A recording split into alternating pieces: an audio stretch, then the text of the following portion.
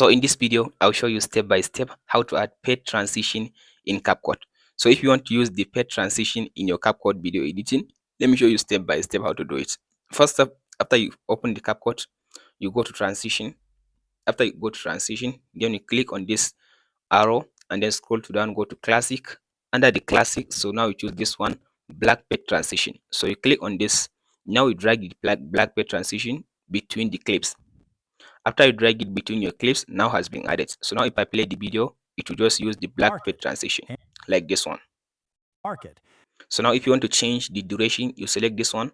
You go to this option. Now if you want, you can change the duration. You can increase or you can just reduce the duration. So the default duration is 0.5, 0.5. That's the 0.5 seconds. So if you want to increase or if you want to decrease, so you can just customize it according to your own desired.